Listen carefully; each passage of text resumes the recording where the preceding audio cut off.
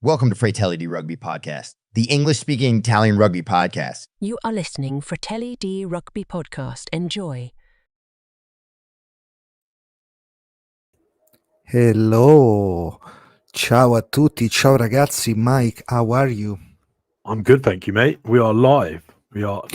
Yes, back live, back in action. How was the trip? Because you weren't here, so how was?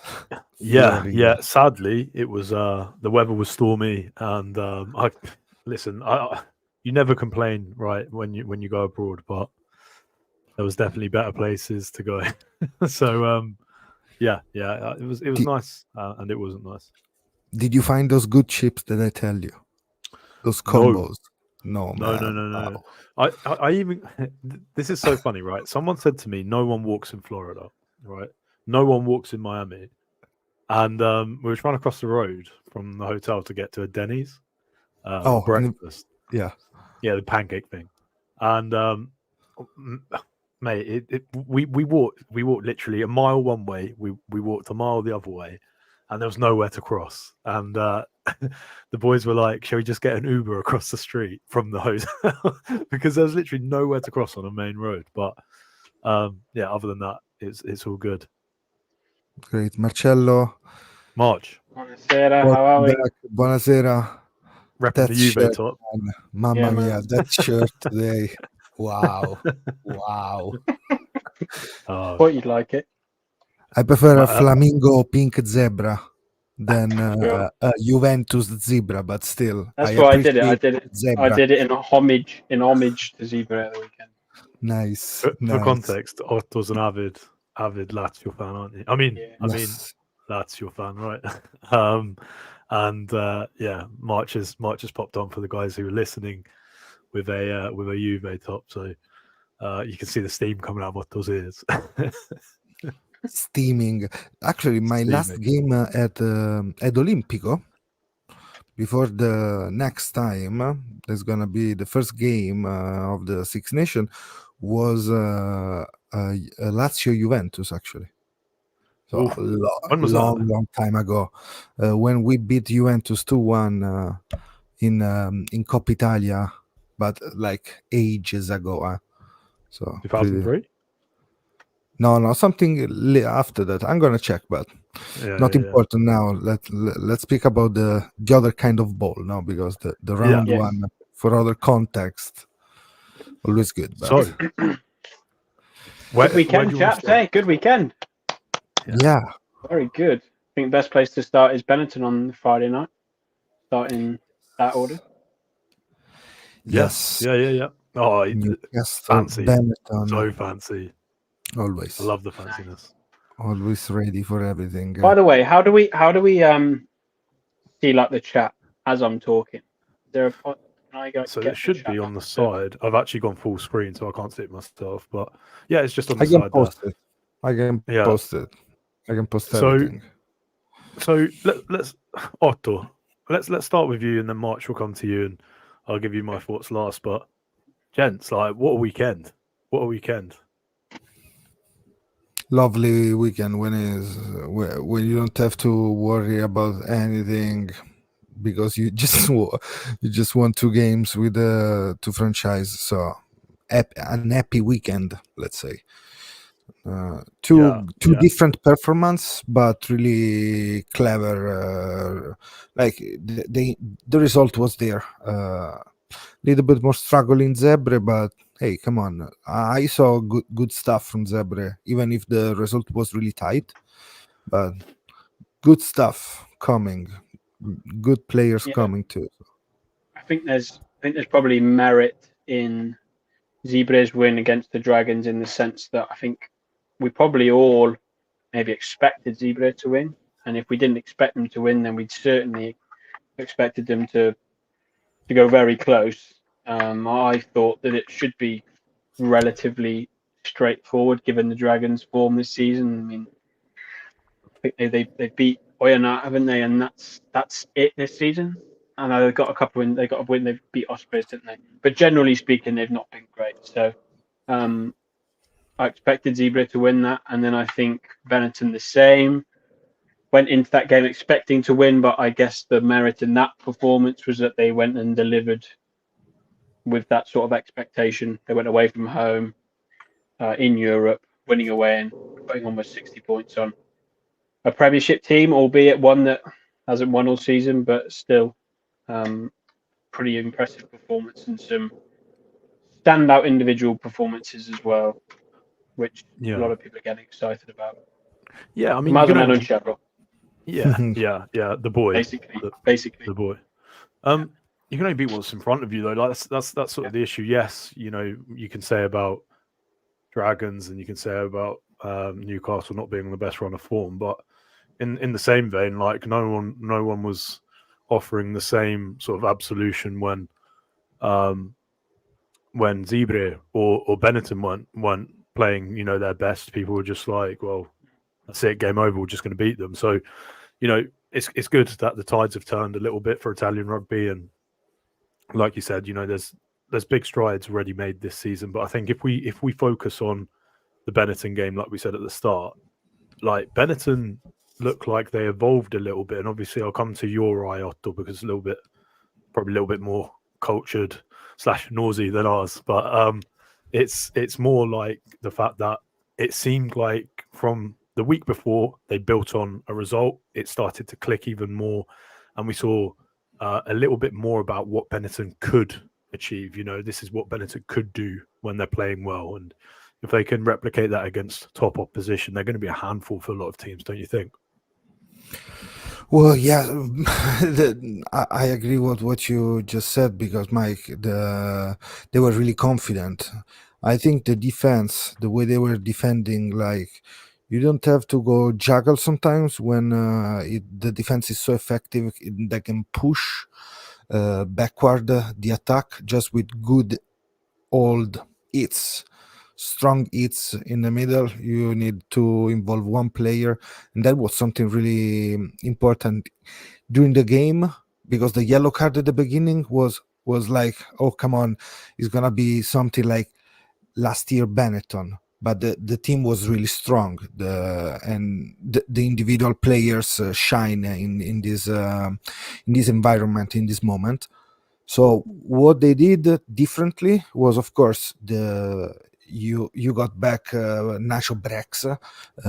We were live, actually. I was live for that game, so there is the 1 hour and a half reaction of what happened during the watch along. But hey, Brex was those hands was so silky, and all the players around, they were so strong, running the right lines in the right moment, in the right channel. That for me was key in attack. Brex to bring that momentum in attack that we know since last year. This year was rusty at the beginning, but Brex wasn't there. So that for me is the key there, and the defense, extra good defense. Then of course Menoncello is back in this form. Seems like he never had an injury, let's say. Yeah. So the legs are strong. The injury was on the shoulder, but he's still strong. I think that's quite impressive, the way he's sometimes players, especially in rugby, it can take a while to get back into the swing of it.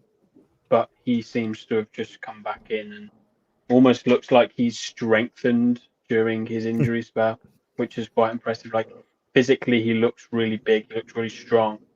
And we saw that with that try as well, in particular, didn't we? When he sort of crashes through a couple of tackles and no one can really hold on to him. So I'm very impressed. I didn't expect him to hit the ground running quite as quickly as this, but with Six Nations just around the corner, he literally probably couldn't be in better form, I guess.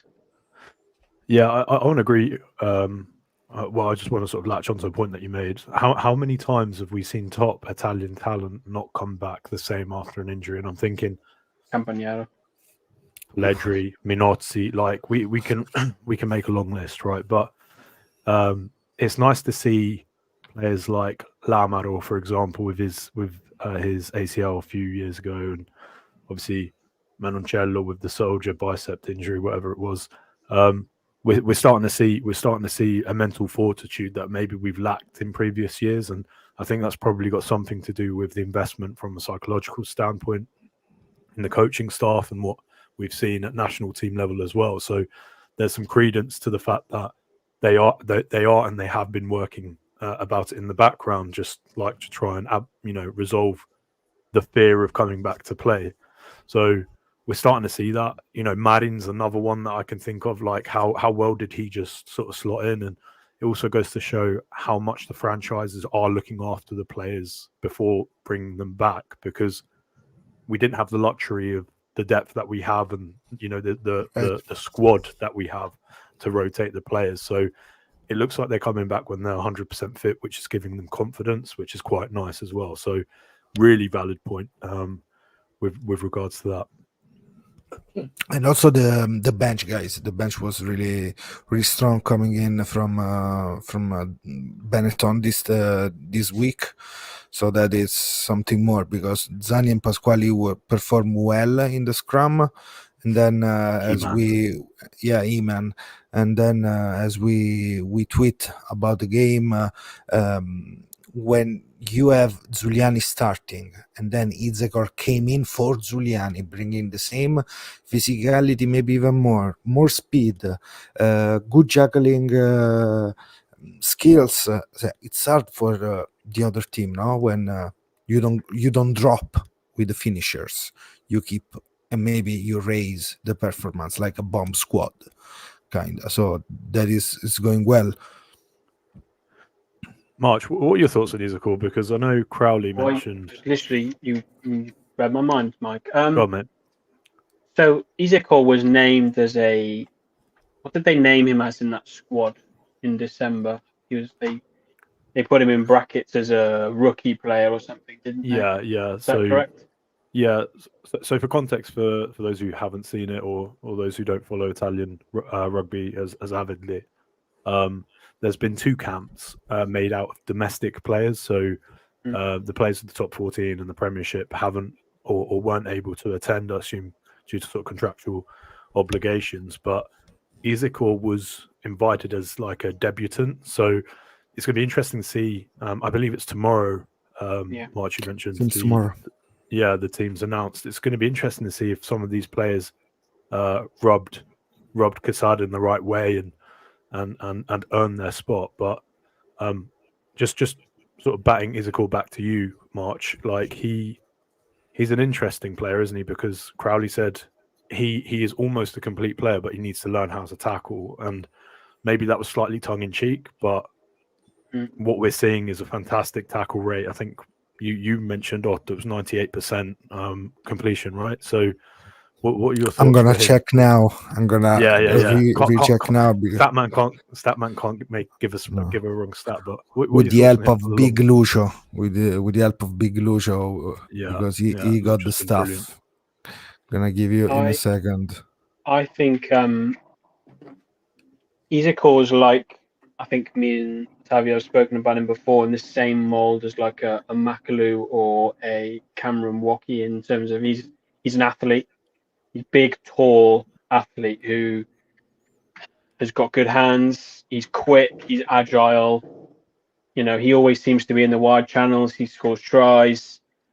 Powerful. He's big and strong. I just think I agree with Quesada, really, in the sense that he is an all-round player. I think obviously he's still very young, and there are obviously bits to work on, but I think he's got everything there. And I do think that you often get in these squads for tournaments a bit of a surprise pick, and I do think that he might be that. I've got a sneaky suspicion that Izekor might squeeze in there. That's sort of like an outside bet potentially. I know he's in the back row where we're so stacked with options. Good players are going to miss out in that regard. Absolutely.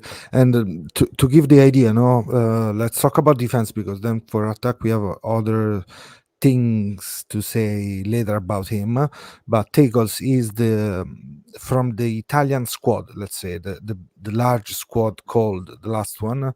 He complete 124 tackles, more than every other players called by Quesada, with the 98.41% of tackle success.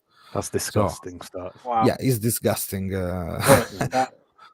Yeah, Two no, missed tackles, that that is isn't good. it? Two missed tackles, 124 or 127. You say? Two missed tackles, right?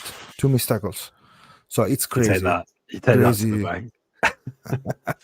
bank. That's crazy. Think He's a about hard man player. to tackle as well. Like I know we're going to go and talk about like him in more detail, but he runs with really high knees as well. Like Yeah. if I was a defender and Man, I saw this 115 kilo man just charging at me with his knees to my face, I'm gonna be shit up a little bit as I'm going down. It was like in PE at school.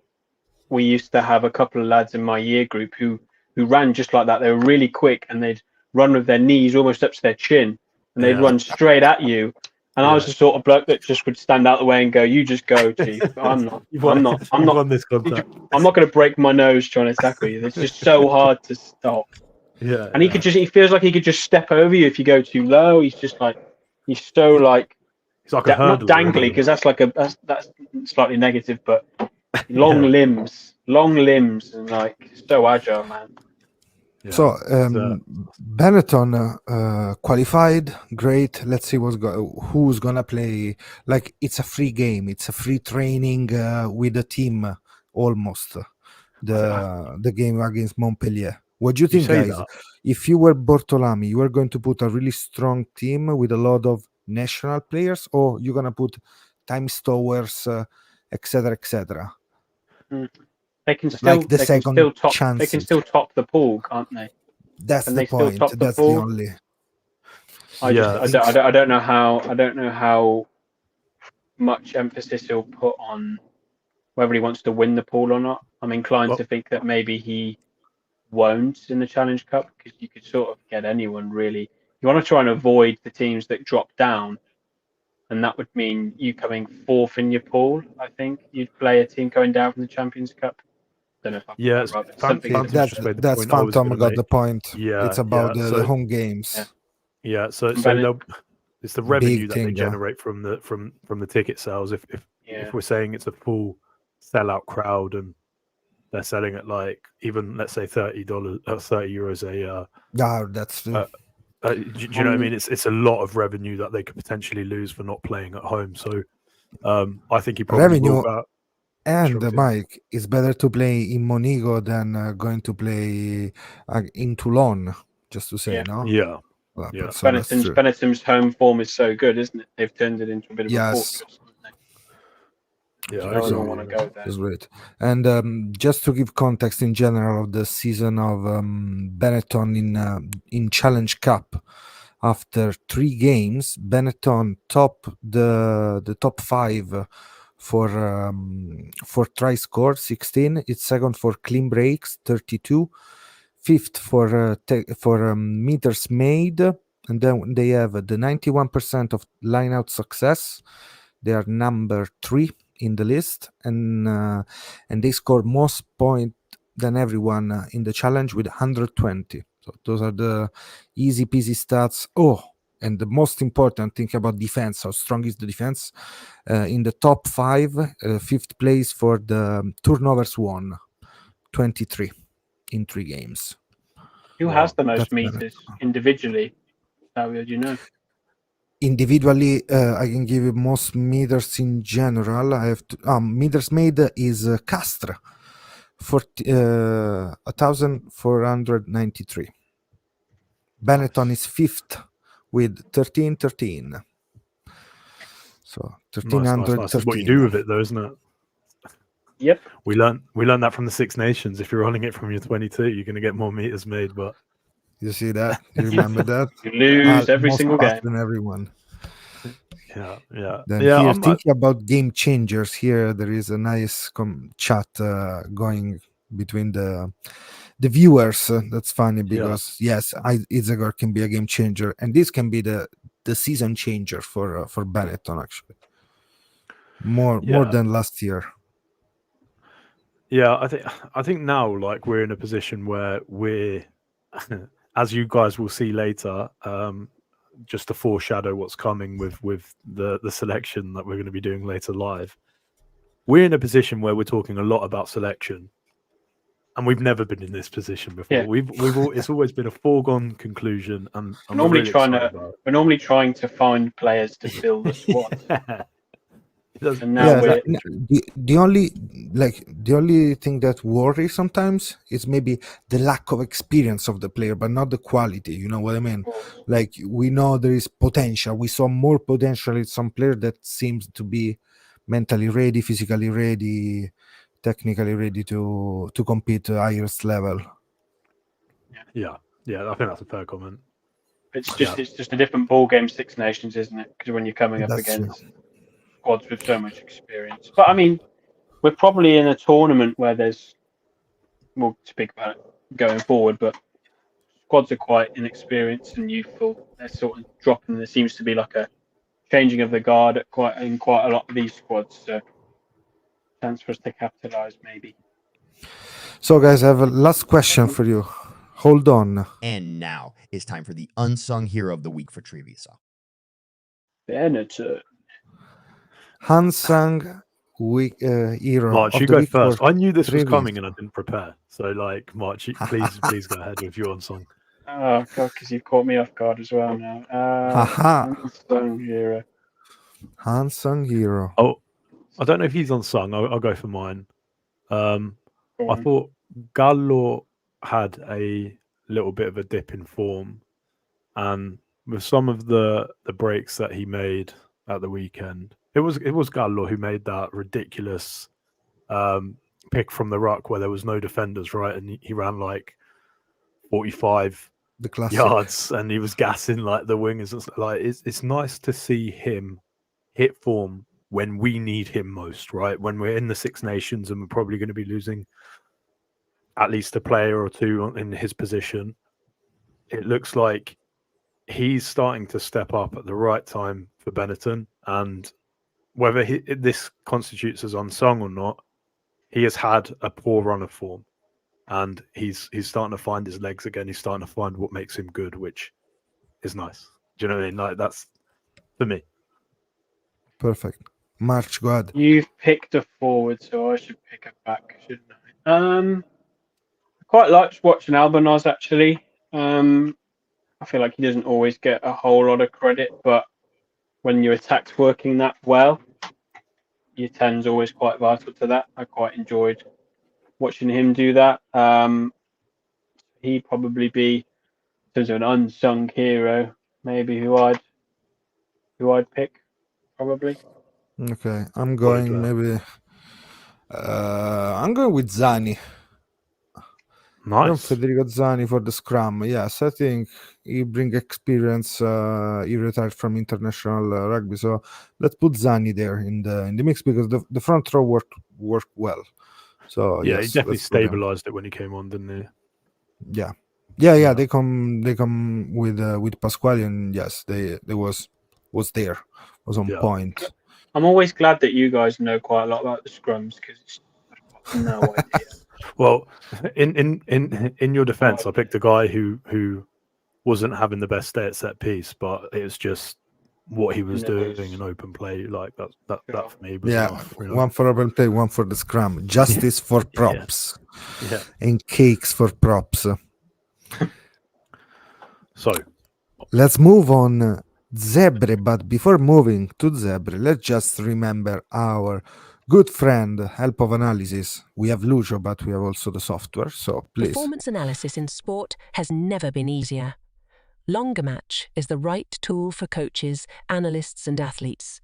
If you want to learn more about, please visit longermatch.com. Start analysing your games today. Tack. Here we are fancy. back. Fancy, always on point. So let's move on the other game of this big, huge double of the weekend. So Zebre versus Dragons. Lanfranchi, Di Parma, yellow and blue. lot of fun. Really happy this weekend in Parma. Who wants to go first?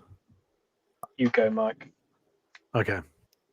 So it was a story of two tales, wasn't it? At the start, 5 Yeah. penalties in, I think it was the first 16 minutes.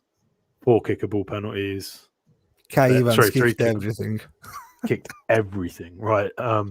So that is obviously an area that they need to lock down on, because more confident teams would go to the corner, and it could have been 20 points or 25 points and the game's gone, right? So that's something that they need to lock down. They started slow. Zebre typically start slow anyway. But when they found their feet, my God, do they play some nice rugby. And I actually think I'll come up to my unsung hero. But particularly in the centres, like, it worked really, really well. Offset piece when they were giving some strike plays, and they really sort of upped the ante, and I felt like, you know, they were twisting the screw a little bit at times. So yeah, if they can just start this with the same intensity and clarity of thought this as the second half in the first half, they'll be winning more games. That's the only goal that they need to try and achieve for the rest of the season. Start as they finish. Discipline's been an issue, isn't it? Kind of throughout the season so far for Zebra, it's causing them problems. What I think was interesting is the fact that they reset because you spoke about like 5 penalties given away, but the total penalties given away in the whole game was 8. So after that huge, like, understanding, Roselli talk about understanding the referee, the discipline of the referee in the game. So that was something. Then adjusting here and there, building confidence with the attack to create a better defense. That worked, because then they get better and better. So I'm going on that side on but yes, the discipline, it's something, because Kai Evans decided to kick even from half the field. But sometimes you can go for the line out. They can build something with the maul. So another team is not gonna kick. Maybe it's gonna put the in the corner the ball, and then there are 7 points. So 7 plus 7, it's hard. So yes, exactly. I agree with the discipline. Good for them. They adjust really well. And these are silly penalties given away in attack. I think Phantom is right. Like, release the ball when you go down. Just do a clear release, because come on, you were in the 22. I understand you are so close to the try, but it's a silly mistake to create something like that. No. But yeah. Come on, so, there was a good one when you see a prop kicking. You know, Fischetti got 1 kick retained, because that ball that he kicked, he stayed in the field, and Garcia got it. So we have 2 props that kicks the ball this weekend. The number 1, Fischetti, number 17, Rizzoli. They kicked twice. Come on, guys. Yeah. Rizzoli was amazing, that kick.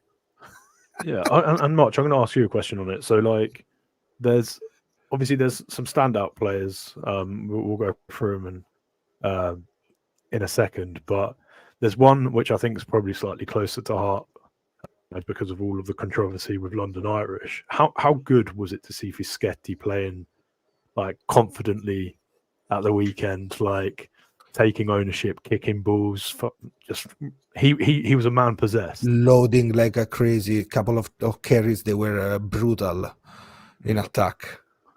I always think he reminds me a little bit of my brother when he was younger. He had quite a round face, a bit of a baby face.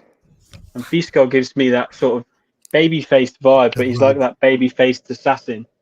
And the thing is, like I said to you, I don't know and will never know too much about scrums. I mean, I can analyze them as much as anyone on social media can analyze scrums. Everyone likes to try.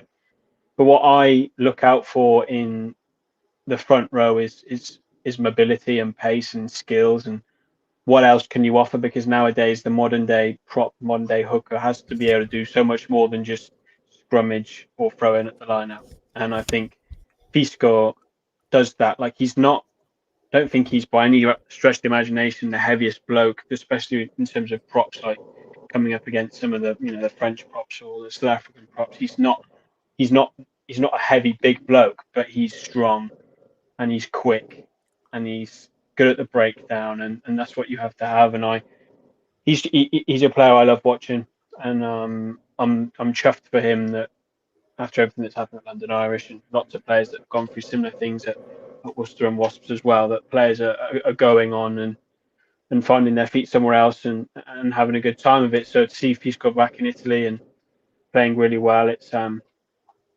joyous. I'm really enjoying it, and I'm looking forward to seeing him back in the blue of Italy next month as well.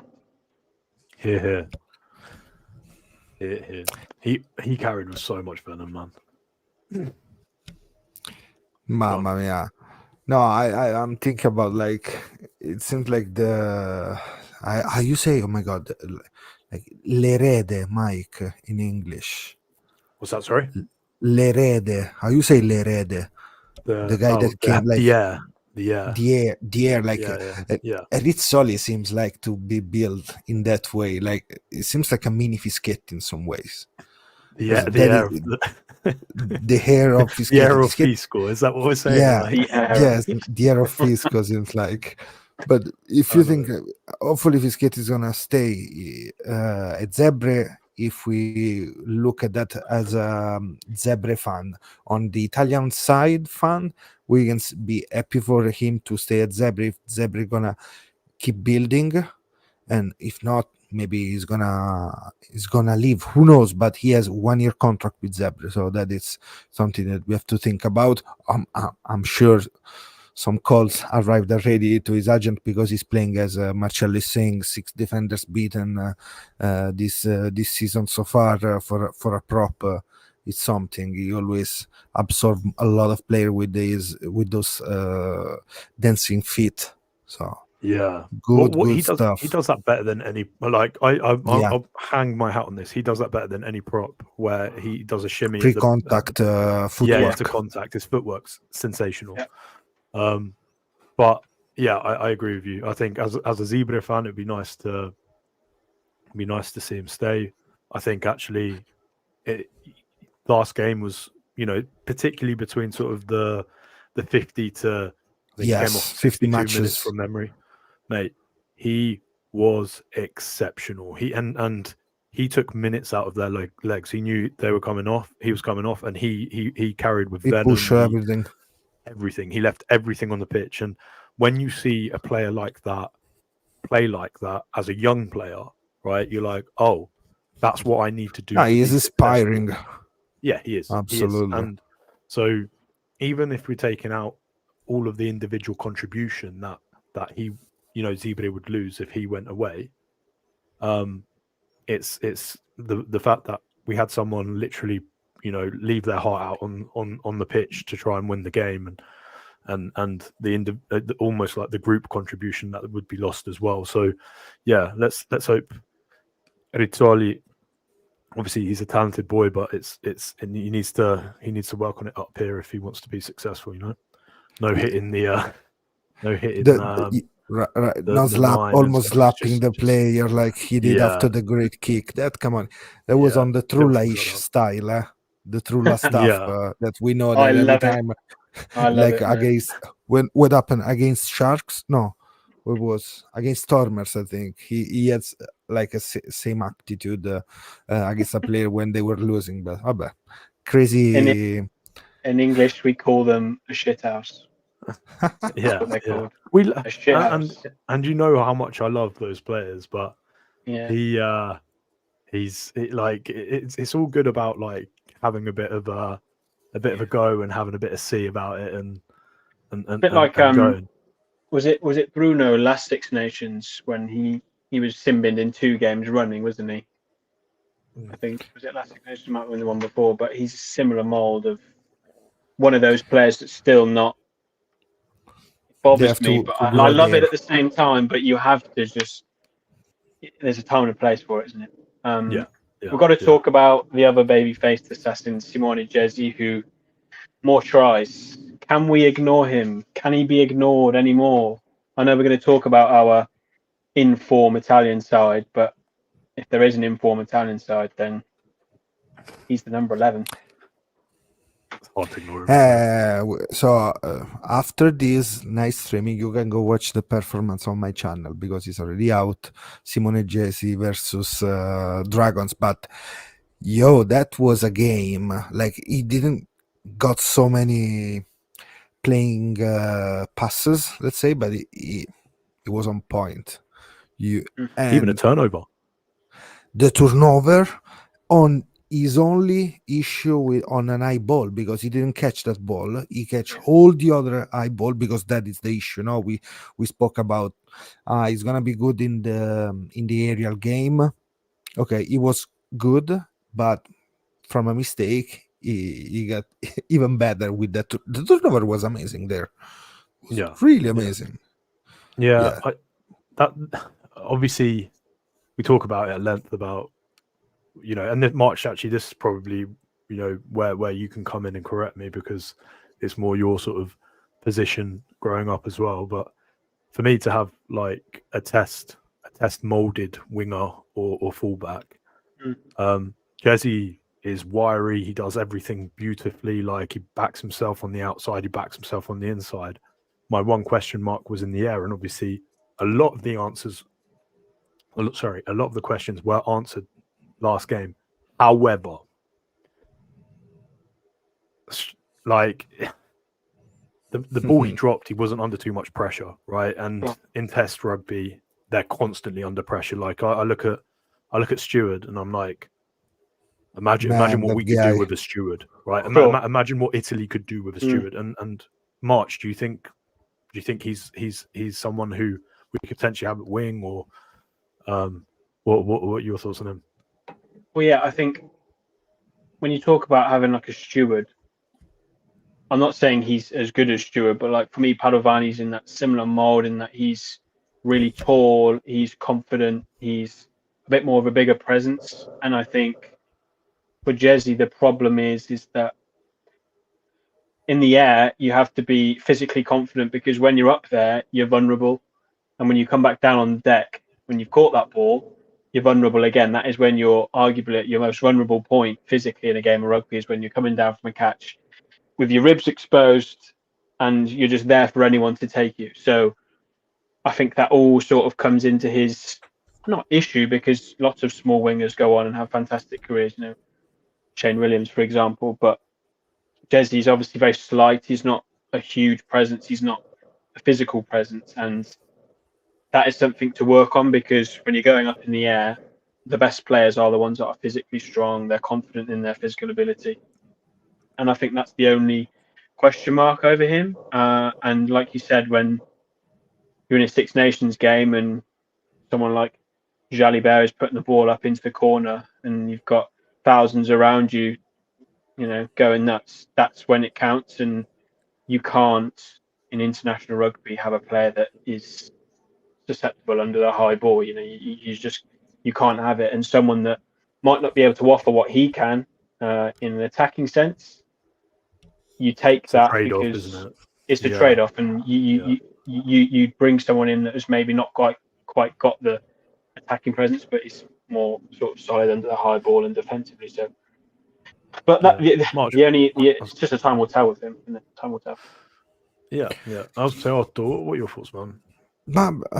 I think he can work. He has like margin to grow in the aerial game, in the position, really high. Because if you think, actually, guys, I don't know, maybe if Johan is taller than him. So to be fair, no. So it's all technique, it's all work that he has to do on the air. Maybe he's gonna change the way he can catch the ball. Maybe he has to go more high, like the new style you see, like Caleb Clark going with, the Freddie Stewart going with high hands to go try to catch, not to wait on the chest. So maybe he's gonna change something there, but he has to be tested on international level. You know what the point? Like, bring it in the team. Hey, you can drop it after 14 minutes, knowing that wasn't ready. Fault of the coach in case that put it in the field. If we get so silly and mad against something like that, we have to understand it. But is the best wing, left wing, is the most informed wing, 9 tries, top Italian scorer for the second year, crazy numbers there, and we have to let grow the potential and get better when in our weakest area. So why not? Nice segue that. Huh? It's a nice segue that to almost the next bit. I know obviously we still got the unsung hero, but like you've hit the nail on the head, right? Like he right now is the most formed back, isn't he? Like let's be honest. If it's not now, when? I mean, can be in the summer, okay. Exactly. But that's the only thing you could debate is when do you give him his chance? Do you wait for the Six Nations to be finished and then play him in the summer in games that are maybe a little less high profile, not as much sort of attention or less pressure, or do you just throw him in at the deep end and go, right, let's see what you're all about? But I don't think anyone could. The team? I think you have him in the squad, you keep him, and then you give him the number 23 shirt in one of the games. You know, maybe Wales in the last game when sort of potentially there's nothing really on it for anybody, and you can bring him on for 20 minutes at the end of the game. But that sort of thing, you know, there's certainly chances for him to be given at least some game time in the Six Nations. Mike. Yep. Shall we move on? You mentioned it. And now it's time for the unsung hero of the week for Zebre. Zebre. Boys, I went fast last time. It's your turn. But Zebre. March. Yep. You see,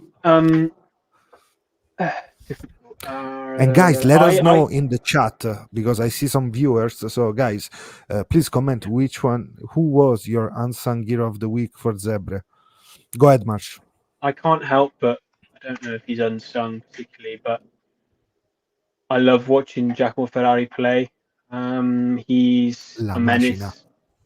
The bloke is he's what we were talking about in terms of having that, as Mike likes to say, having that C about him, but in a bit more of a controlled way. And obviously every flanker has that about them. They have to play that position. And I just love watching him play. And I think every time I watch him, I just think he's immense. And he's the sort of player you just want in your team always. Like, why would you ever not play him? He's just like, he's a machine. And I love watching him play. And I think he is brutal. And there's another conversation about the back row and who plays where, and if someone's not a captain, does someone else pay potentially? You know, I don't want to open that kind of worms, but for me, Ferrari's just a monster. I love watching him. Here, this comment sum everything together. Negri, Lamaro, Cannone, Giuliani, Izegor, Vincent. Not a bad third row, no? Yeah. So, Mike. Yeah. So I wrote some names down. Some names. Wow. Some names. Yeah. Some names. Obviously, Jersey was one of them, but he's not unsung, right? People quite aware about man what of the he can match. do. He was man exactly right. So like we'll take him completely aside. But I put Zambo, Fisco, Nocera, Lucin, Bianchi. I thought all of those guys played a level up, and I think if we're talking about people who go about their business and get zero credit, Zambonini is turning into a very, very good second row. I say it almost every week. It looks like he's getting better. As long as he puts on a bit of weight and he works well, then he could potentially be a decent option for us moving forward. But I just think they've been, I can't really pick. I think Fischetti was exceptional last game. Again, we've spoken about him. I don't think we can call him unsung. So I am going to say Bianchi. I thought he was good. He just fearless going into contact, and there was often the same way Benetton used Seb as an exit strategy in the 22. He was giving him front foot ball to clear lines, and he punched well above his weight, and he just was everywhere, which I thought was quite nice to see. So that's mine. But yeah, I'm really interested in hearing yours. Obviously, with your cultured eye, let's have a listen. Look, I'm going easy. It's easy. Look in. I'm going with the same because it's key on the front football in attack. That is work. It's there. So I don't have to say nothing else. Then he's a great, huge carrier, always there. You don't see any. Never say a word to the referee. Always on point. Always focus on what he has to do. He's getting better skills with the ball, fixing, and then passing, pull passing the ball. So I'm going with Lukin. Absolutely. Yeah. And no, please. I was just going to say, just to jump on that, like I said right at the start of the pod, the strike plays that he himself was in, I think he actually had sort of 4 direct contributions, and I think 3 of them led to a try in the attack in 22. Like, he is so instrumental in it. Well, at set piece, because Zebre were dangerous off set piece, and it's thanks to him. He's also a get out of jail free card if something's going sort of slightly awry. They pass him the ball, and almost like I was saying with Bianchi, it's just a good way to get a quick reset and recycle the ball very quickly. Yeah. So here, Robbie just entering now. I forgot to mention you were going live, of course. So sorry, Robbie. If I don't remember, next time you can just enter in this link that I'm sending now in the chat, so you can join us and you can have some nice chat during the day. You can even meet Phantom in the family, which is the best thing that can happen, because he's our live updating on Linag situation. So yeah, he's got his finger on the pulse about that. I mean, that's true. So a lot of good stuff can happen in life. That group chat we have is wild. It is, yeah. It's pretty nice. Crazy people from everywhere speaking about Italy. I leave my phone alone. I leave my phone alone for 20 minutes. No, and I've got 150 unread WhatsApp messages. You can't. I'm checking, guys. I'm checking if anyone's joining now. I'll accept you in lifetime if you guys join now, because so you can see what we're talking about. Speaking of it, Mike, sorry. Don't forget to subscribe to our YouTube channel. Drop us a follow on X, former Twitter, and follow us on Instagram and TikTok. You can listen for Fratelli Rugby podcast on Spotify and every other platforms. We also have a group chat on WhatsApp. So message us to join the family. Tak. Boom. Man, fancy. I feel like being a red band on Kill Tony. I don't know if you ever watched that kind of stand-up comedian podcast. Seems like to be red band, touching the button, starting with stuff. But anyway, guys, Zebra great, Benetton even better. But tomorrow is a key date. Between tomorrow and next week, we're gonna know a lot of stuff. Maybe more interviews, more Italy. We are there. Yeah. Less than a month now. Less than a month. Italy beat England. Italy gonna beat England. Hopefully, so we can be drunk in Rome, Mike. That day. Yeah. If we win, I'm planning on getting taken. Not even what's his face will be able to find me. Liam Nielsen. I'm done. That's it. I'm done. Let's see. Wow. Weird stuff can happen in Olympico sometimes. Like under the snow can happen everything. But Mike, you're not going with your missus and your kids? No, just missus and family. I was going to say, you were willing to be taken from your kids. Hey, why do you think I'm willing to be taken? I'm going with my missus. Yeah, leave her to it. That's it. Yeah, no. There's a good question that came on actually, and it's something that we didn't touch upon, and actually both of you should probably give it a crack. this one here. Okay. So, So for those listening, how would you explain the switch 12-13 between Brex and Menoncello? And it actually worked very well. So, Budgets. on the defensive side, maybe you can see that work to go on the second line of attack much more from Menoncello. But let's also say that that didn't happen a lot of times, maybe on set piece, that Menoncello has to fly out of the line to go and press the second line of attack. So that's what it means, that in this way you can have also Brex like more organizing and eating really strong the first carrier. But for the whole rest of stuff, like outside of the line out, I think it's pretty the same. You can put 12-13, you can put A, B, C on those jerseys. In my opinion, is the same. Brex is gonna be the hands. Menoncello is gonna be the legs. Then both can do both things. But yes, the hybrid, the center of the whatever you're gonna put, Brex is gonna be like a second play, like a second distributor more than play, because he always being called maybe behind the when to pass the ball. If not, he's gonna just play flat or he's gonna attack the line. So that's my opinion. Maybe I'm wrong, but that's my opinion. Doesn't change a lot, but just on the jerseys. Yeah, that's fair.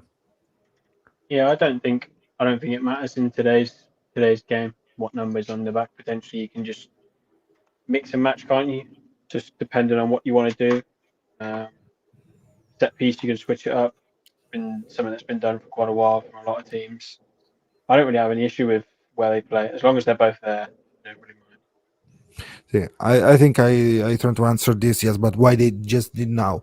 I don't know. We should go check maybe for next week. I'm gonna look at when they switch, if they switch previously, but more or less, Brex since last year is doing this kind of a second play, and we know how strong he is with the legs, as mentioned Marcello at the beginning, the starting of the podcast.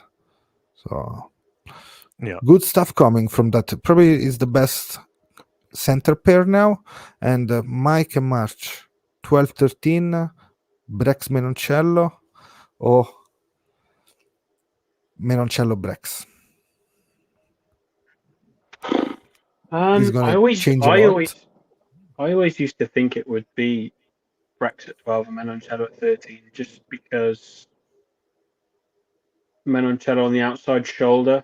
If you get him a bit of space with the ball, he's potentially able to do more than what Brex can in that situation. That's how I always used to think about it, but it's obviously worked in both. So I not really sure at this point in time I have a preference, but it certainly worked well the other day. Makes sense. For me, it's the argument soft skills versus physical attributes. Like, one is a genetic freak, right? And one has well-rounded soft skills, and he's got a great anticipation for a tackle and the breakdown. He understands attacking phases very well, Brex. So how often does Brex sort of fly out the line and actually stop a really dangerous attack because he's understanding what's going on? There's that element to what makes Brex a really good player. And then Menoncello can pick a line, and he's just got brute force to get through it. So for me, I think, for me, it's always tough. Like, I'd like to see, against teams who have slightly more reserved sort of 10-12 partnerships, slightly more meek. So, for example, against England, I'd love to see Menoncello run against George Ford. I'd love to see, because but he's injured, right? But yeah, absolutely. You see what I'm saying, right? I'd love to, or Smith then. Okay, so like, Smith punches above his weight, but if Menoncello's coming at him at pace, like, there's only one winner there. Okay, so like, I'd love to see that. It's different horses for different courses. Obviously, against a slightly bigger, let's say, if it was Faz and Ollie Lawrence for the sake of saying, I'd love to see Brex there. Like, obviously, try and draw them in and give Menoncello space to actually try and like. So, for me, it's sort of irrelevant. 12, 13 doesn't matter. But if we see him at 12, I want people to understand that it might be because of a reason, right? It might be because that they see a weakness at 10, for example. Can be interesting to see. Here there is like a lot of Mori fans. I can read in the chat. No, that's interesting. Yeah. How's he doing, Ottavio? Have you watched much of him? So we're gonna have more news in the next couple of days about it. So hopefully we're gonna have big news, because it just is scheduled, guys. So keep an eye on this YouTube page to have more information about Mori. But now he has a little, he got a little injury, but nothing really worrying. So he missed a couple of games, but he played really well at 12 this season, and is there ready for. But Walter is asking about Marin. What do you think about those two guys? And then I'm gonna give you some information, some stats. Go ahead. What do you think about Marin, guys? He's gonna be in this group, next group, and is he the center or is he a fly half? Bit of a hybrid, isn't he? Yeah. Yeah. Do you want me to go first? Yeah, you go. I'm going to upset a lot of people. I think he's. If we want a ball playing 12, then he's a great option. He's a great option, isn't he? I know a lot of that upsets a lot of people. But if we wanted a ball playing 12, there's only a couple players that could do that. Brex being one, Marin being another, Drago being another. Outside of that, Garbisi, and I can't think of any others. So if that's what Quesada chooses as the right path for this Italian team, having two playmakers at 10 and 12, Marin's a great option. And I can't emphasize the fact that last time he played at 12 for the national team with the flu, 16 tackles and 60 minutes, we won the game against Wales. That's all I'm saying. So I don't know. Fair, isn't it, Otto? Like, that's March. What are your thoughts, fair, mate? right? Well, it's like, and we haven't even discussed Zanon. I mean, there's just another. There's another player there, isn't it? And he's obviously played very well, but he's going to be one of those players that's hampered by Menoncello's return, almost, I guess, in the sense that he's getting more likely going to be shifted out a little bit. But was Zanon in both squads in December? Yeah, he was, wasn't he? Yeah, it was. Yeah. The problem is, right, if we're looking at soft skills, there's few centers that we have that can do it. Zanon and Menoncello and Lukin, you could probably just say they're similar. Yeah, they're all like, you can bundle those three. If anything, Lukin's probably slightly more complete, albeit probably less powerful than Menoncello. But he's slightly more complete because of the reasons Otto gave. Like, he's definitely been working on his soft skills, like the pot passes and all that jazz. So there's not, like, as much as we have lots of options, it's all contingent on how Quesada sees the game. And actually, Ottavio, this is where you come in, right? Like, you've followed Quesada for a long time. Maybe you can give our fans and the people listening a little bit of an insight in terms of how you think he'll want to play the game with us. So he spoke a lot in the last couple of days to the newspaper. He spoke about like exit strategy. No, we're gonna switch a little bit of that kind of exit strategy we had, and then he wants to bring like a culture, his kind of like work ethic. I think that is gonna be key. He wants to work with a group of leaders. Maybe some new leaders gonna stand and they're gonna be part of this new cycle as leaders, and some other one maybe they're gonna drop, and who knows what's gonna happen. But he said he talked about Lamaro captain and maybe more straight lines. I think some some adjustment on around the breakdown. Maybe for the really a new defense, maybe we're gonna wait, because of course Gusen is gonna end his work after the Six Nation with Italy. So big changes gonna come after that. And Pacific, wow, the Pacific tour in the summer is gonna be really, really interesting from that point of view, to develop better players. How much do you think we'll learn from those games, though? How much games, Bob? Maybe two games with the Pacific plus the Japan game. So I think at least 3 games we're gonna have there. So, sorry to interrupt, because I think I might have missed something here, but I swear it was Canada and USA. Has that been scrapped now? Yeah, seems like because Japan announces a summer tour, like summer matches, and Italy's there. So I don't think we're gonna move. Like, think about economically, financially, Yeah, no, makes the sense. situation. So probably we're gonna move there, and it's gonna be a different challenge for us. But for now, just some details. I think maybe it's because we have to keep that fast track.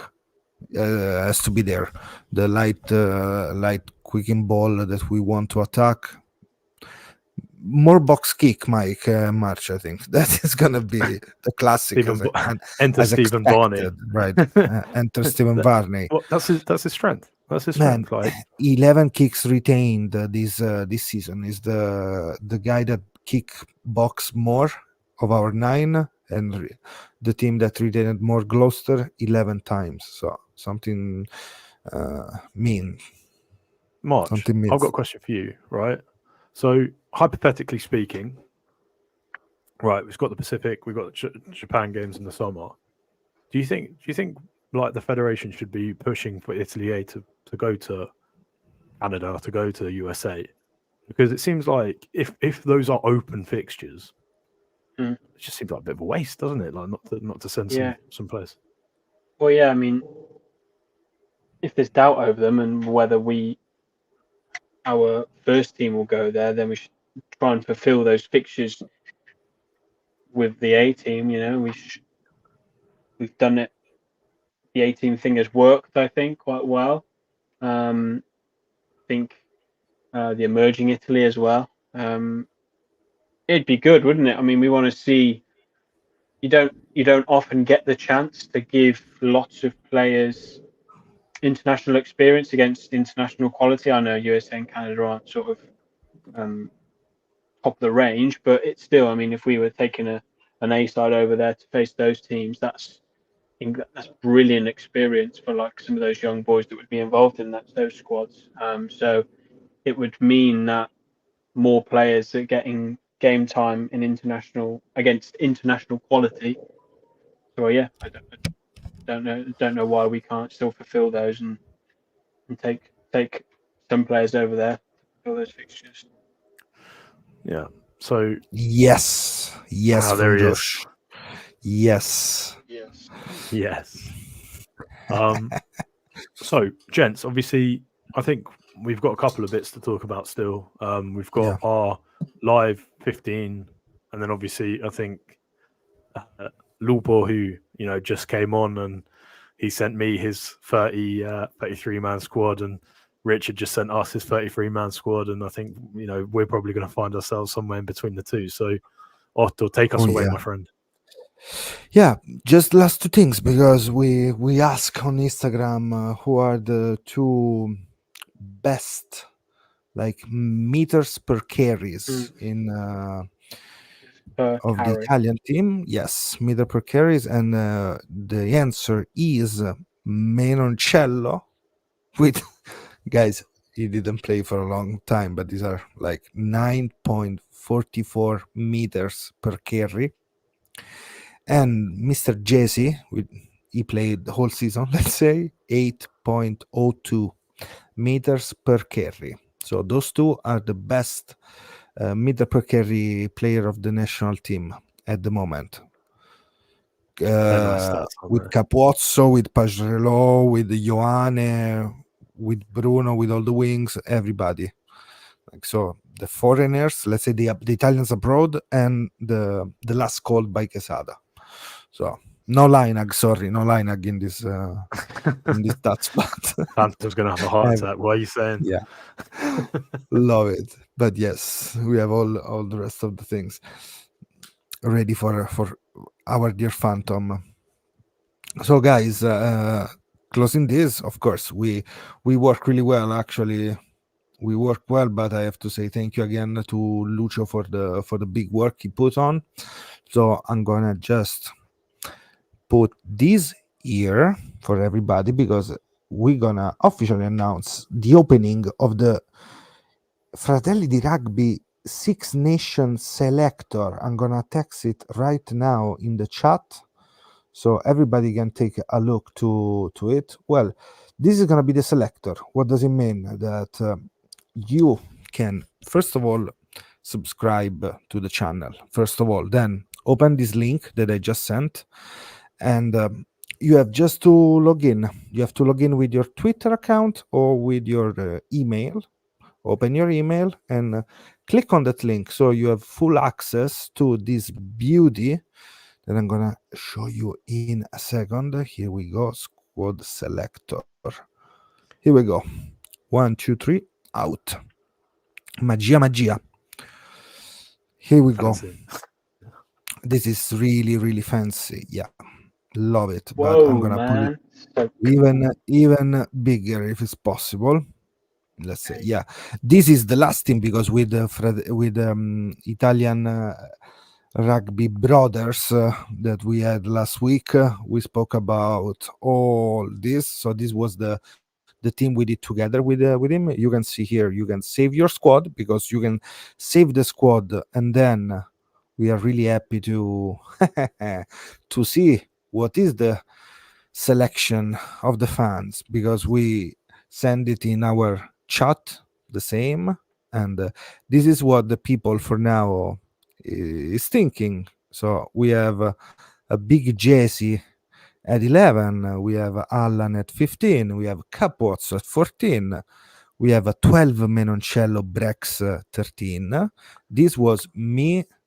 No, sorry, this is the general one for now. But So you can just back. to quickly explain as well. So obviously this is a general consensus. Otto, if you don't mind quickly clicking back just on the last bit. The numbers on the side of the names are the votes. So what we're going to be able to see, and what's going to be quite fun for us as Italian fans, and lots of, like, as you know, as this grows out a little bit, is the perception of people, even maybe people who aren't following Italian rugby, in terms of who our best team is. Because obviously there's some people who are going to follow rugby only during the Six Nations, and there's some who are, you know, URC fans, and they probably understand our best selection, you know, even from afar. So yeah, so obviously there's some which are really settled in, like Fisco here with 18, and the next one underneath is Rizzoli with 2, as an example.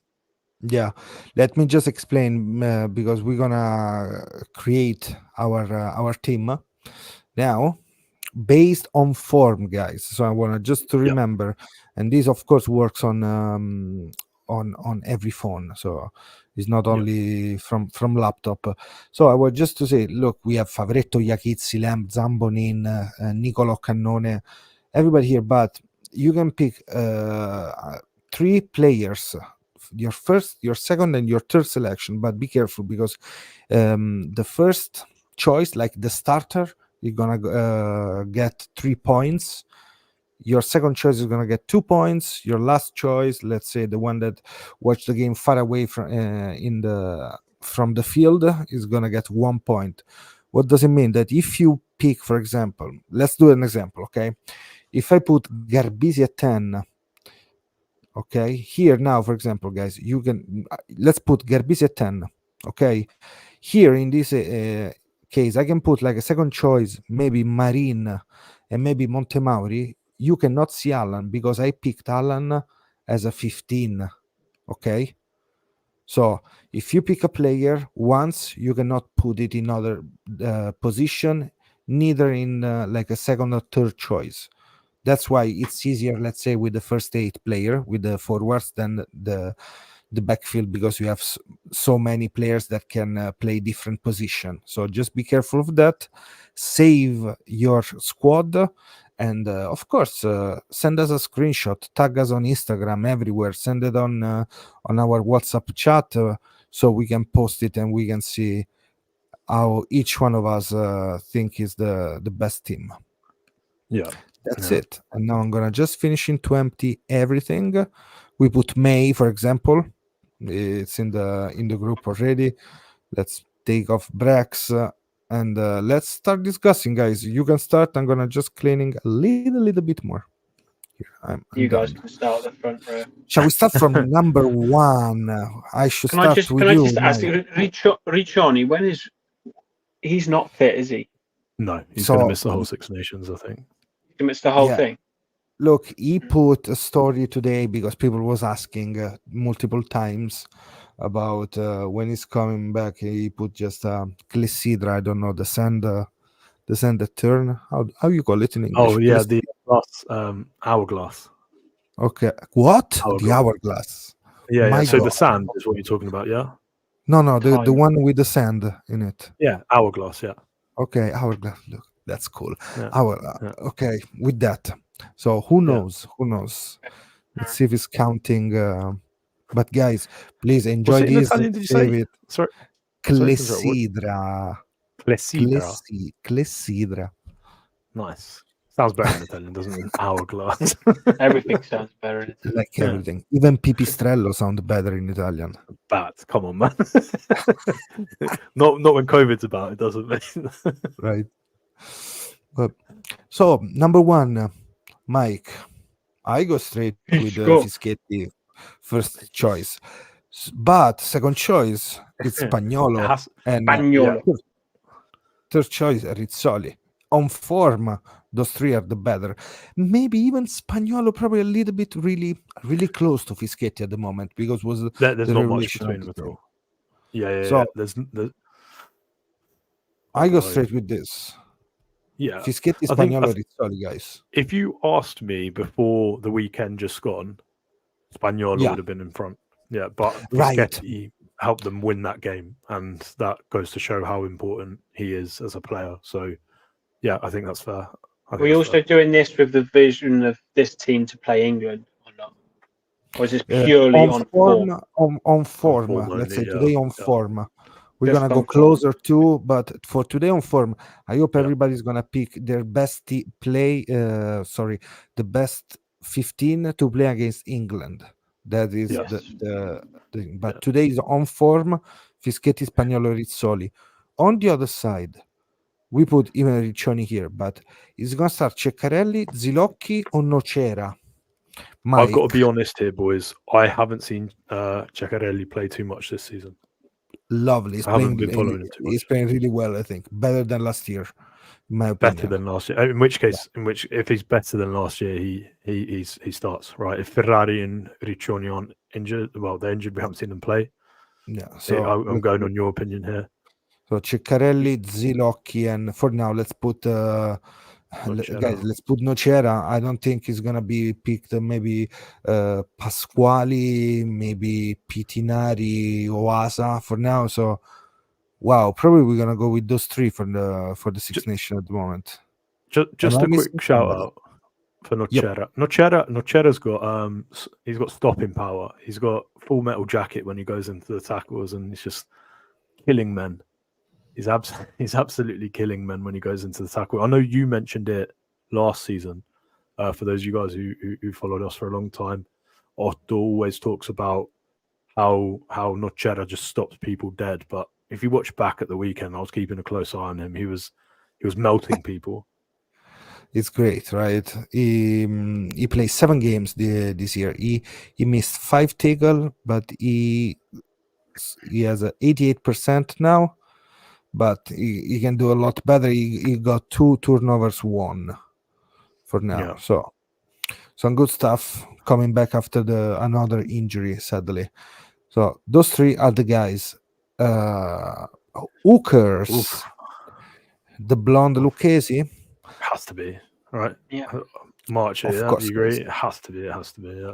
Guys, Faiva, I didn't watch Bath in the last games he played, so I really don't know what to say about him. No, But I I can't think trust that guy at line out time. Can't trust him. Can't yes, be we trusted. need good throwers. So Nicotera and then Fiverr. I think Manfredi deserves it Yeah, more I'm happy with that. Yeah. because he's playing better. Well, he's So- also had more time. Although, Yeah. objectively, if it was me, I think BG would be up there. I think it'd be like second or third for me. But anyway, Yeah, but he's not in objectively. selection at the moment. Yes, Yeah. I got you. Yeah. But like Josh, agree with you. But this guy is not being picked. Maybe he's gonna be I know. Yeah. Maybe it's gonna be the Yeah. surprise. As a third, is gonna be him and not somebody else. But Yeah. for now, let's go. Let's go with those three. Number Nice. 4, number 5. March, you wanna give us your thoughts on this starting? I think Dino Lamb has been pretty sensational for Quins. Best season he's had, I think. I know he's injured. We still don't think we know his No, injury news. spell. Still no news on that, which normally spells bad news. But anyway, I think Dino Lamb for sure, and then Rutsa is in there too. I'm just thinking about both 4 and 5 now. Nicolo Cannone maybe is a partner usually, or Yakitsi can be the new name, depending what kind of 4 we want. If we want like a hard worker of the breakdown, maybe he's not gonna carry one ball, he's gonna just clean out track in the center of the field. You want him like a much more versatile back lock. That's the point. But Dino plays 5 normally, right? Depending, because with roots I change, and then the numbers can change sometimes. 4-5, 5-4. Those are my top 2. My top 2 are which Rutsa and Lamb. Rutsa and Lamb. Okay, think about that on form. So today, Lamb is not available. Who's gonna be the Roots? Okay, I think everybody we can agree to put the Roots at 5. Yeah. First of all, okay. Then here maybe we can also avoid to put the second and third choice. Maybe we can do the bench for both. But here, guys, we have Favoretto is not playing a lot. It's Cannone, yeah, guys. I agree. Yeah. Cannone and actually, and there's not much between him and Zambolin in my eyes right now. No. But Cannone first for sure. You know what? Now it's gonna be interesting because both of them, Yakitsi and Zambonin, if we have to pick like the 2 pair, of course we're gonna put maybe Cannone and Yakitsi on the 4. Zambonin. I like Yakitsi. Yeah, Yakitsi is probably like if we were talking about who's a better player, Yakitsi's probably a better player, but Zambonin's played a lot more. But he's played a lot more. So if we're doing it on form, are we saying Yakitsi got 1 man on the match performance? Zambonin hasn't had any, right? But Zambonin's played every single game. Do you know what I mean? Like, what are we constituting as good game time? Someone who's good enough to be picked over Sisi, for example, or someone who had a very good game. I think how many games he played? 2 this season, right? Yakitsi play. Let me see. He played not to put you on the spot, 7 games. Played 7. No. Okay, I'll take that back. 7 games, 557 minutes played. Jeez. This is why we have Statman, mate. Like he keeps us true. He keeps us honest. It's good with carries actually. No, and he's a low level of missed tackles. I can say on the other side that Zambonin played the 700, almost 800, like let's say 794. But the good thing about Zambonin this year is that he tackled 80 times, of course the lineout, but he has like 85% on tackles. And for a second row like him, that usually we always think like maybe it's good for lineout, but not the rest of the work. In this, he start to build up. You can see getting better. We saw the giraffe boy. see him going on like his little giraffe run. That would be good. So we have him actually. Oh, let me pin this message. Sorry, so I can. Let me see if I can do it. Yep, I pinned the message. So guys, you can do the same games we're doing now. just signing to this sixnation.italianrugbypodcast.com. So you can do it. Send us yours. Let's see. So we saw them, and let's move to the wow. I'm not looking that is forward to the gonna be- next one. No, the same problem we had last week. Shout out to the Italian Rugby Brothers, because we said, come on, we can go traditionalist, we can go, let's say, starters. Number 6. Who's going to be your number 6 here? I go with the good old Seb. Yeah, I don't think anyone's the guy. shifting playing that some good man rugby, number isn't he? 1. Although, like, just to keep Seb honest as well, I think Isakor's had a very, very, very good few weeks. Sure. Good stats for him in Challenge Cup is the one of the best. Is the him and Jesse are the only 2 players in the top 5 of some stats of the good stats.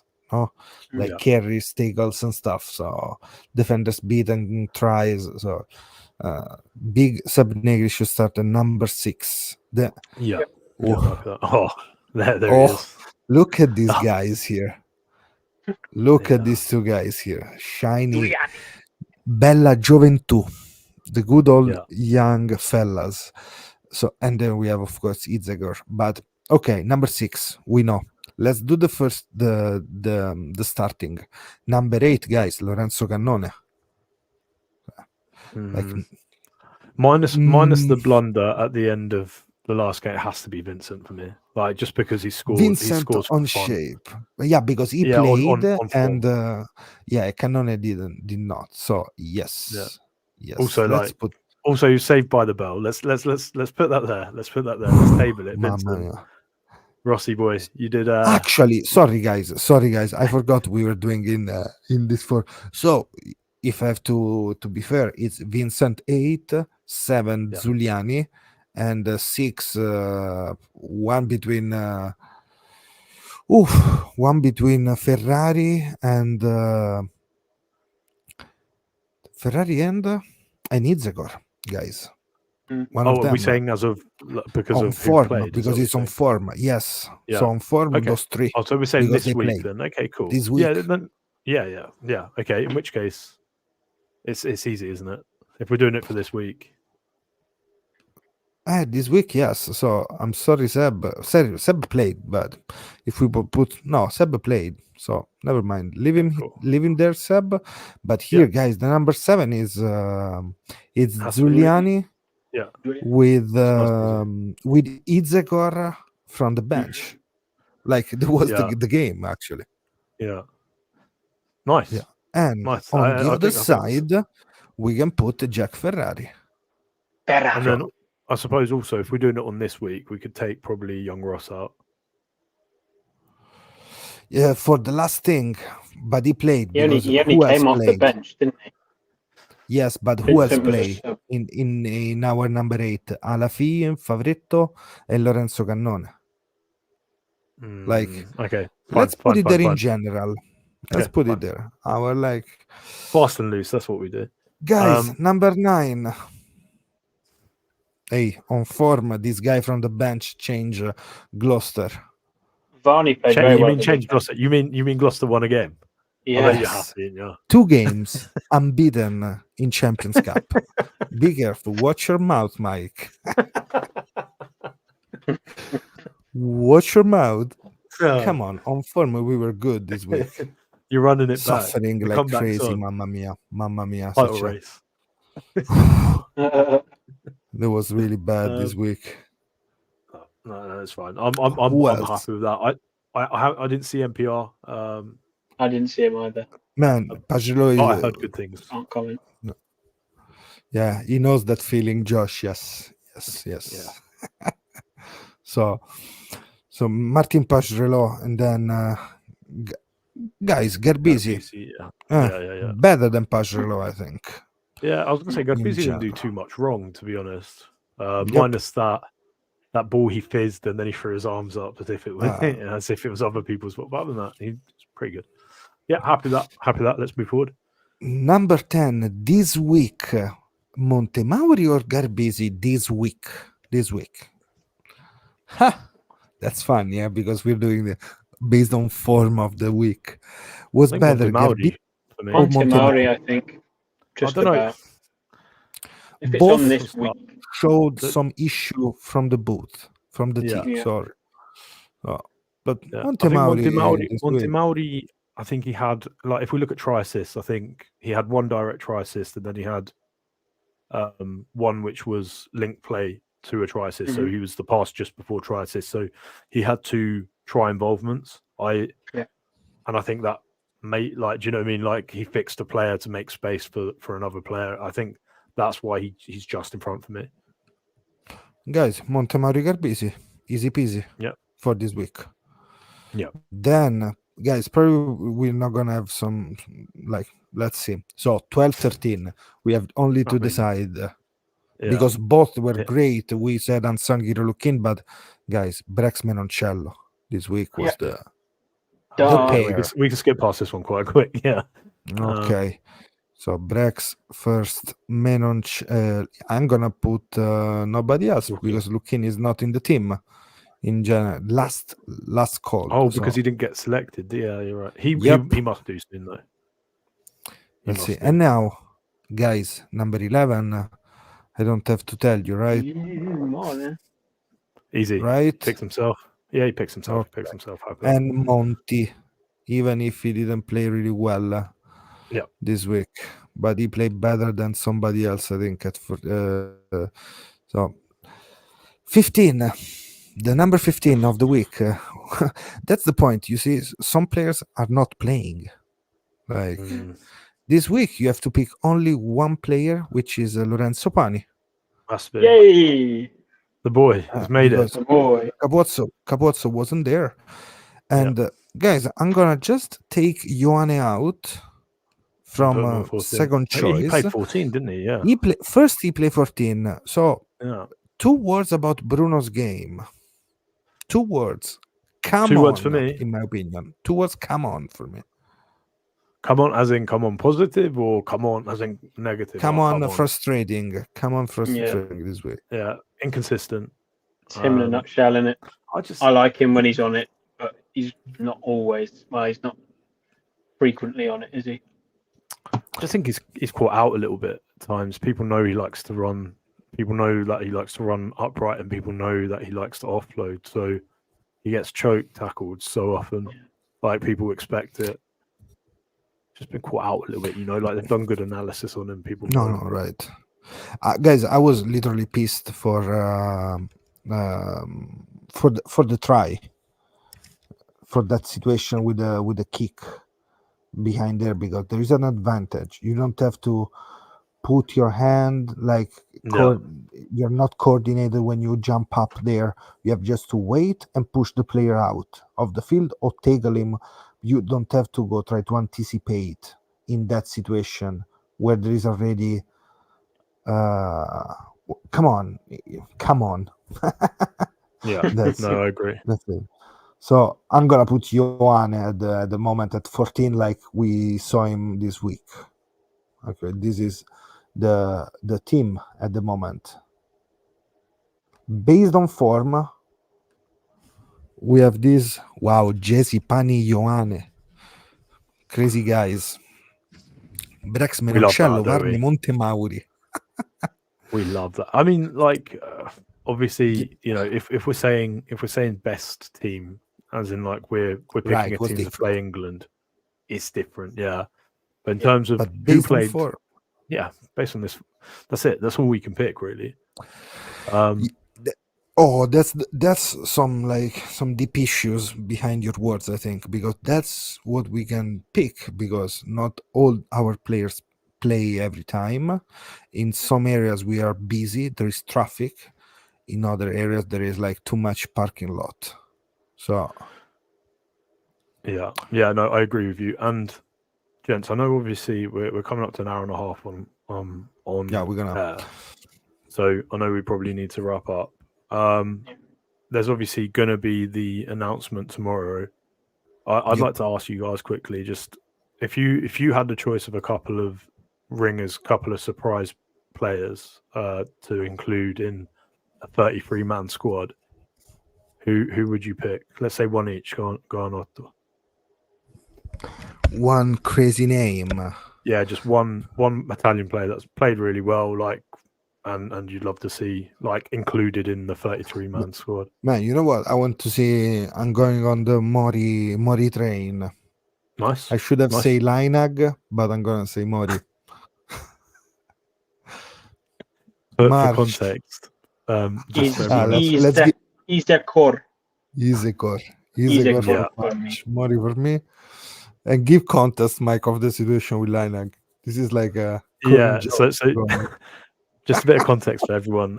In the WhatsApp chat, which we'll link again in a second for you guys listening.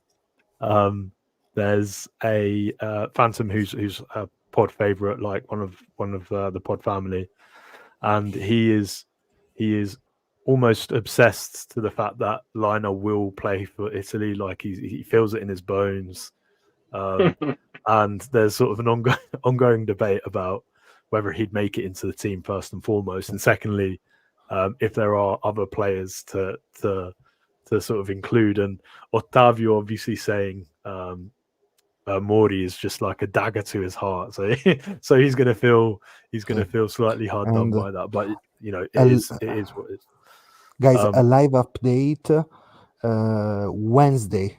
The list of the should be out, if I'm right, because I'm just reading a couple of Twitter from Lorenzo Calamai of on Rugby. He said Wednesday, so maybe they're gonna take a day more. Let's see, because somebody asked already. It wasn't, because everybody's saying it wasn't tomorrow. So let's see what's gonna happen there. But tomorrow, in 2 days, we're gonna be ready to comment. And for me, quickly, I'm just gonna say I'd love to see May as a ringer, just like as an apprentice player. Let him learn from the boys. That's it. That's my ringer. Okay, great. So let me just save this squad, and I'm gonna save it on form 15 of January. So January. I was gonna say January 15th. Yeah, today. And you know what is funny? Because we can also do something really interesting. So we can share it. Like I just shared it in the chat, so everybody can look at it. So that's it for 1 hour and a half. Pretty interesting. Yeah. Thanks so much, everyone, for listening. Absolutely. Yes. Yeah. Cheers, guys. See you next week. Very soon. And more info soon about everything. Don't forget to subscribe and everything. So, ciao a tutti.